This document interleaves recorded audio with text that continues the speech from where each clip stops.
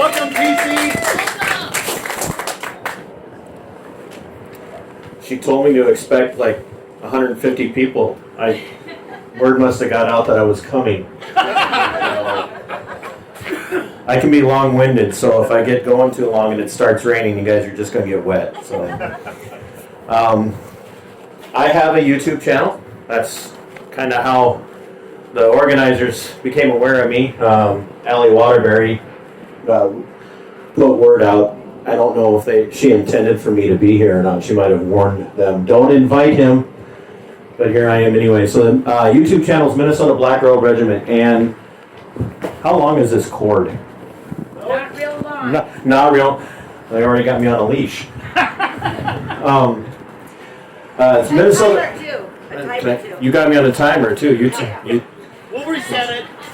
Back in the old days in churches, they had these big hourglasses, and as they started to run down, somebody from the congregation would run up and flip it over if they wanted the preacher to keep going. That doesn't happen with me.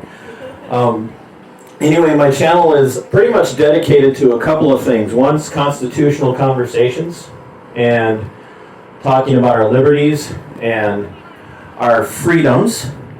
I use the word liberty very, very intentionally because we talk too much about our rights today. Thank you. And rights are important, and there's not necessarily a stark difference between rights and liberties, but when we switch the conversation from right to liberty, it kind of changes the way people oppose us. Because right now everything's a right? Don't say that too fast. Everything is a right today. I have a right to health care. I have a right to education. I have a right to my body, my choice, unless it comes to wearing a mask. Right? But liberty is different. And we hear this language in the Constitution. We hear this language in the Declaration of Independence. And we hear that language in other documents that led up to the founding of this republic, right?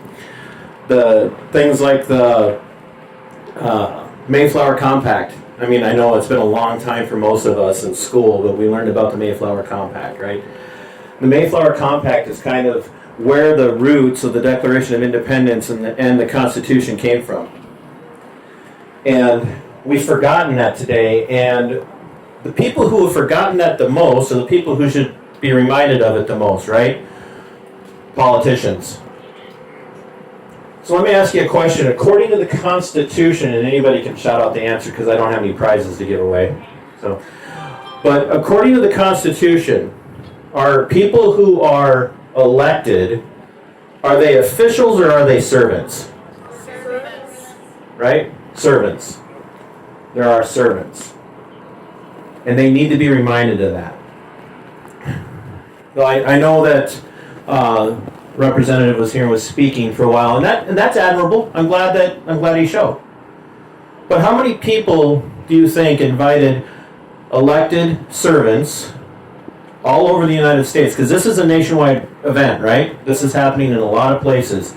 How many around the world, right? It's international.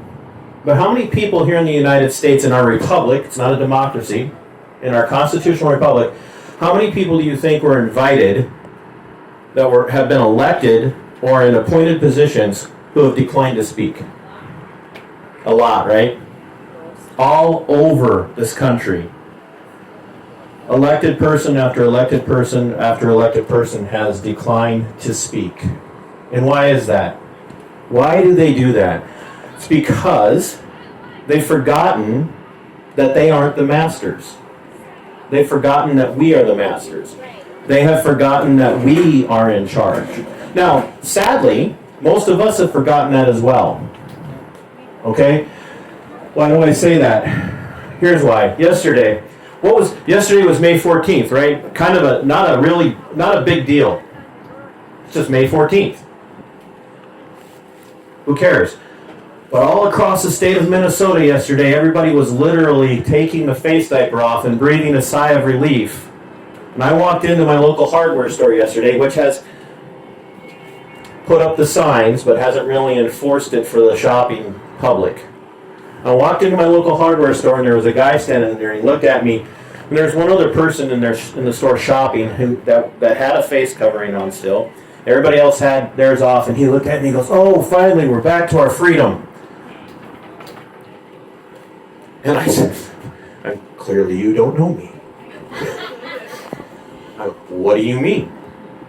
"Oh, we don't have to cover our faces anymore." I said, "About 98% of the time that this has been going on, I haven't been covering my face." And you could have heard a pin drop in a hardware store, which is not an easy task in my small town. And he looked at me, and I go, "What?" He goes, "Well, but we're back. We're getting back to normal. We're back to freedom, right?" And I'm like, "Not if you think that way."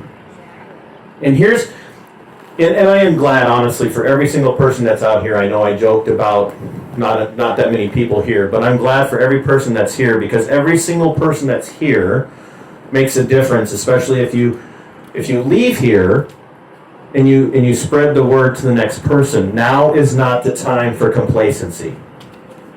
And here's what's going to happen in Minnesota. And if you're a Minnesota native, or if you lived in Minnesota for longer than 5 years, you understand what Minnesota nice is. This friend of mine calls it, because she's not a native of Minnesota, she says, Minnesota passive aggressive. Which is about the same as George's bless your heart. Right? But Minnesota passive aggressive is also Minnesota lackadaisical. Leave me alone, I'll leave you alone, and we'll forget any of this ever happened.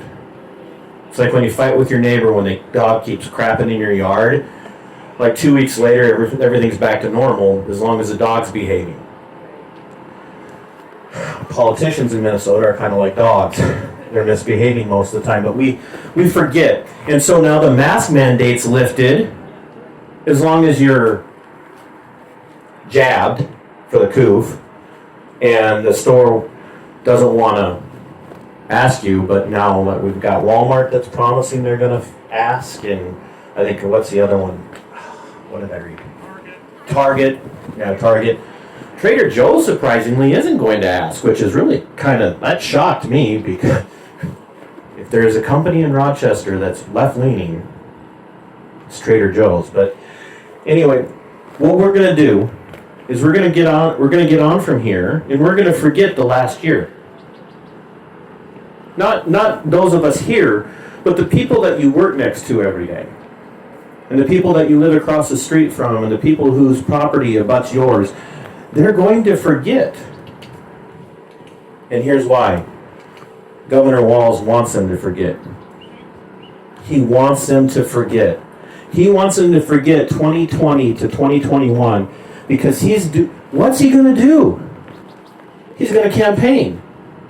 He's going to campaign for governor again, because he really wants to keep that position.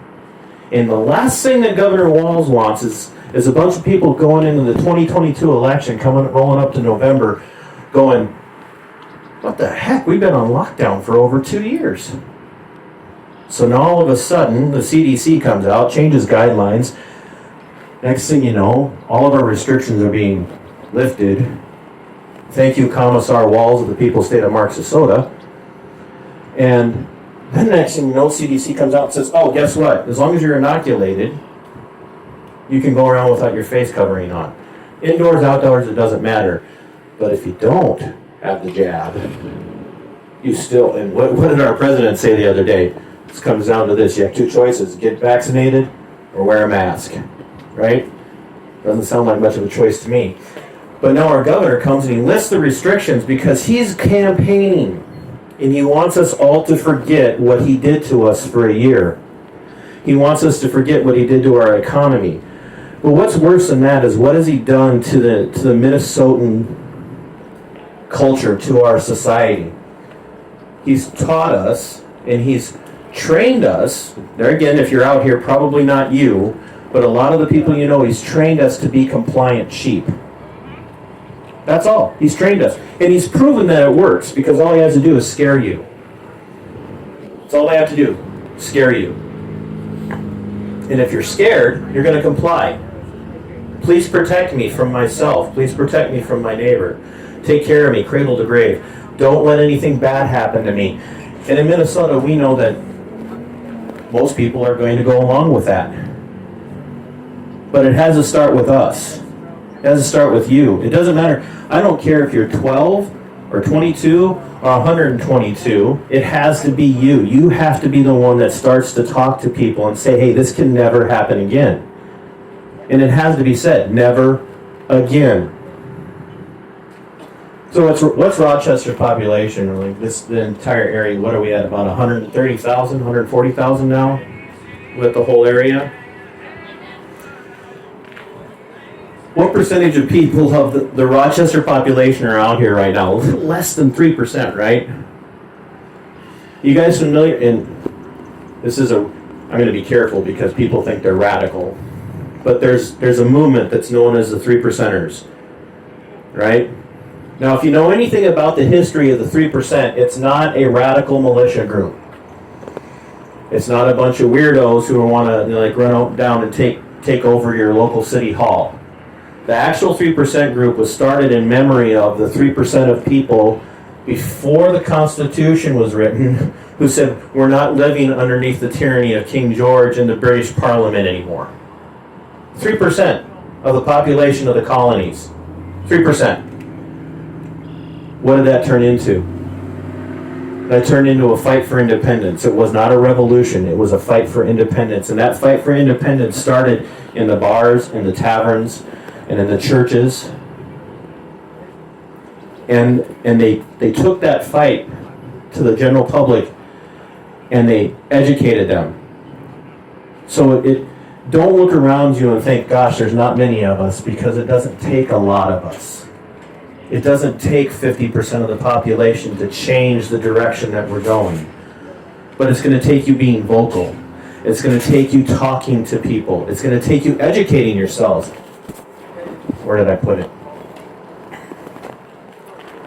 If you do not have a copy of the Constitution, and you don't keep one handy, and you don't have it memorized, okay, I don't have it memorized, I just have my favorite parts memorized, particularly the First and Second Amendments right now, and the 14th, which is what makes the state have to abide by this as well, because prior to the 14th, the state didn't have to recognize this, by the way.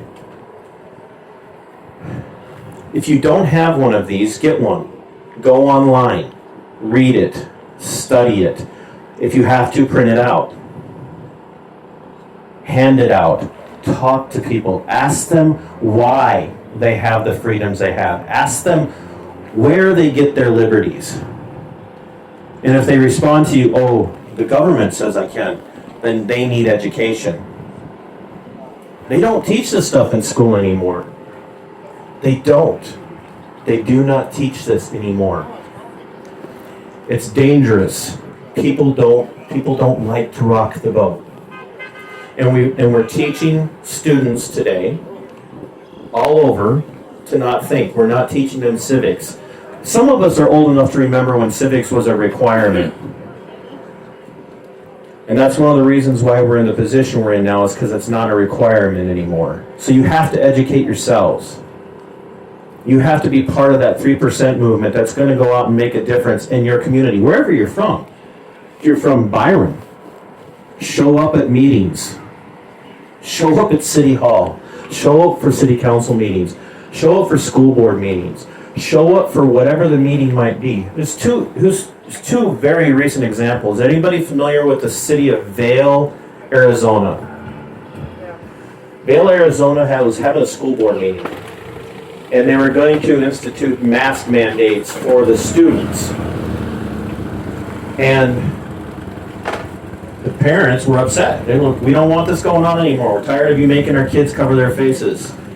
And the parents showed up and said enough's enough. And they weren't going to be shut down, and they kept demanding to be heard. Now, we need first to think about that. We're in a position where we have to demand to be heard by our public servants.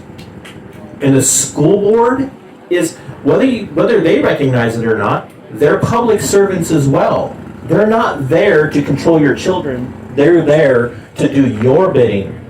They're there to teach your students, your children, what they need to know. And what they need to know is what the parents say. Parents are in charge. Why? Because they're the republic. There's a constitution, then the people, and then every person that's elected or appointed into a position. And they shut that school board down, and it upset the school board so much that the entire school board resigned en masse, and they re-elected the new school board at that very moment. That was great. That was awesome. Now think about that. If Vail, Arizona can do that with their school board, why can't we do that with our respective city councils or our own county commissions? Why can't we do that with our own school boards? How many of you have attended a meeting prior to the COOF coming in? I call it the COOF so my YouTube channel doesn't get censored. Because YouTube shuts you down when you mention the virus by name. Wrong thing. How many of you have attended a school board meeting? How many of you attended a city council meeting or a county commission meeting prior to all of this? And then, awesome. I have not been good about it. But now all of a sudden, no one wants to go because of everything else, and everything's on Zoom now, right? Isn't that convenient? Like in Zoom, you can pipe in on Zoom, but you can't pipe up. You're not allowed to speak. And we don't know what happened. We lost the connection. We need to start demanding that they meet in person again and that they start allowing public speaking. And it shouldn't be, oh, what are you going to speak on? It doesn't matter what I'm going to speak on. This is my city council meeting and you're going to hear me. So here's another situation that's happened out in California. I can't remember the exact municipality, but they were getting ready to require in the town that anytime you were going to do any kind of commerce in the town, you were going to have to show a COOF jab passport. And the people were angry to the tune of about 7,000. Okay, for California, that's like one block. But about 7,000 people, if I read the story correctly, or if my old age hasn't gotten to me yet, 7,000 people showed up. They packed the inside. They had so many people. You could have just said it out loud. Nobody would have noticed. They packed the place so full that the list to address the city council was longer than the meeting was planned. And person after person after person after person came up and they spoke, and every one of them was speaking against the passports. Now let me ask you a question. Do you think it was a bunch of white people? Because that's what we hear right now, right? The only people who are worried about their freedoms and everything else and all the COOF stuff, it's all a bunch of radical white nationalists and radical militia types, right? No, there were white and black and Hispanic and Asian people there speaking, and one of the men that spoke, an African-American gentleman, got up and he said, so let me get this straight, to do business in this town, I'm going to have to carry my freedom papers? What's that sound like? Goes earlier than that, right after slavery. If you were an emancipated, or even right before slavery, if you were an emancipated slave, you had to have your freedom papers to prove that it was okay for you to be in public without supervision. And that's where we are. Now is the time. And trust me, I do not speak from a place of insolence where none of this affects me. Trust me, this is affecting me. My views and my opinions have affected me personally. They're not here to, well, if they are here, they're hiding in the grass. Antifa has threatened to find me and kill me. I told them that I lived too far away from the cities, they would get lost before they got off the train. But I'm fighting a lot of battles on a lot of fronts because of my views, but here's the thing, it doesn't matter. Anything that's worth doing, anything that's worth accomplishing, is going to be difficult. It's going to be hard. And we have to remember that. And so that means going forward, just because restrictions are lifted, going forward, just because we don't have to wear facial coverings anymore, doesn't mean these fights are done. They're going to come for your liberties, and they've already determined that the vast majority of people are going to be compliant. It was a test. And we have got to stop letting them erode our liberties. Because they don't come from them. They come from a constitution, and they're enshrined in the constitution, and they come from the God of nature. And that's the word of the founding fathers. You don't have to agree with me on a religious level. That's just what the founding fathers put in the documents. And so you have to stand up, and you have to take this local, and you have to take it to the meetings, and you have to take it to your neighbors, and you have to make sure people understand. You're not just fighting for you, you're fighting for the next generation that's coming. Because if we lose this fight now, the people that you love the most that are going to follow you are going to have no idea what liberty and freedom are. Again, thanks for being here. Thanks for taking time to listen to me. Check out my YouTube channel, and I go on a lot longer on that one. So thanks for being here. Thanks for letting me share the mic. If you don't come take the mic, I will keep talking. Mingle, please. I really want to thank everybody for coming today. This was